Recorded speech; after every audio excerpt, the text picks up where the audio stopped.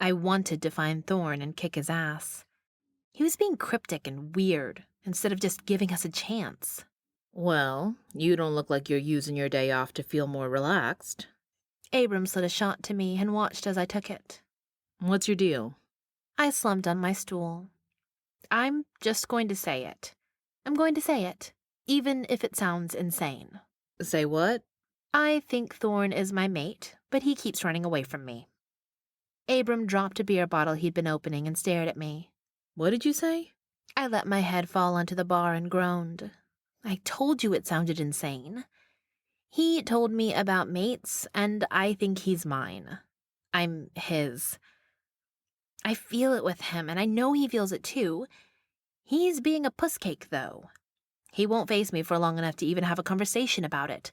He just keeps hiding or running away. He told you about mates. I nodded. Yeah, he told me about his parents, too. I don't blame him for being scared, but I do blame him for being a coward. Abram leaned across the bar and lowered his voice. He told you about his parents? I made an exasperated sound. Abram, keep up. He told me about soulmates and his parents. Holy shit, you are his mate. I shook my head at Abram and turned on my bar stool to look out at the crowd. A familiar face caught my attention and I gasped. Oh, God. My ex-boyfriend, just showed up. How the hell did he find me? I thought you said you weren't running from him. I'm not. I don't know why he's here. Shit. I'm sneaking out of the back. Make sure no one tells him where I'm staying. I snuck through the kitchen and let myself out the back door. I was slightly drunk and overly paranoid about Eric finding me, so I was extra wary of the door being loud.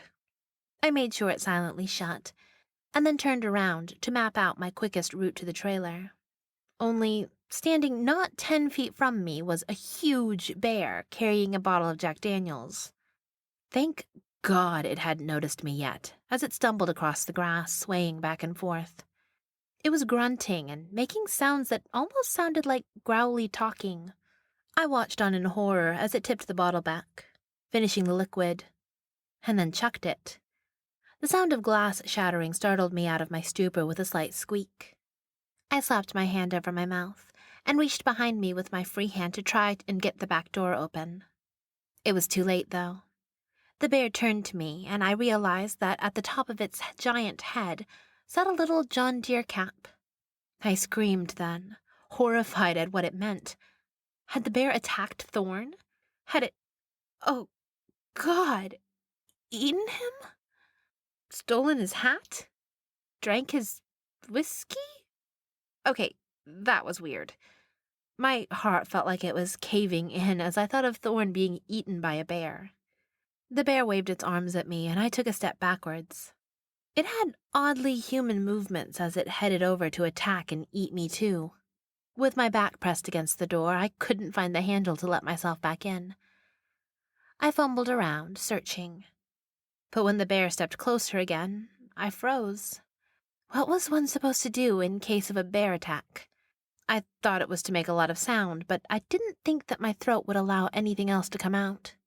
The bear seemed to let out a massive sigh, and then, in a blink of an eye, it was gone. And Thorn appeared, naked. Holy moly, Thorn was naked as the day he was born, and his downstairs waved in the cold night air, still large and seemingly leading the way. Shit, I'm sorry, Allie. He stepped closer, his hands out in front of him like he was approaching a scared dog. I didn't mean for this to happen quite like that. I stared up at his hat, still sitting on top of his head, like it hadn't just been on a bear's head. What happened? He smelled like whiskey and man, and despite the situation, my body still responded to him. He tilted his head back and breathed in before closing the gap between us. His body pressed against mine and my breath caught in my throat. How can you still want me after what you just saw? What exactly did I just see? The back door pushed against me as Eric's voice reached my ears. Allie? I heard you scream. Are you okay? Thorn swept me behind him and growled at Eric as he pushed his way blindly into the night. I could see him and his clean sweater, and it was such a stark contradiction to Thorn's naked, muscular form. What do you want? Eric moved a step around Thorn, but Thorn wasn't having it. Finally, Eric stopped and frowned up at him. Why are you naked with my fiancé? Is he the reason you tried to break things off with me, Allie? You're the fiancé. What the hell is that supposed to mean? Of course I'm the fiancé. Eric looked back at me and held out his hand. Come on, Allison. I'm taking you back home.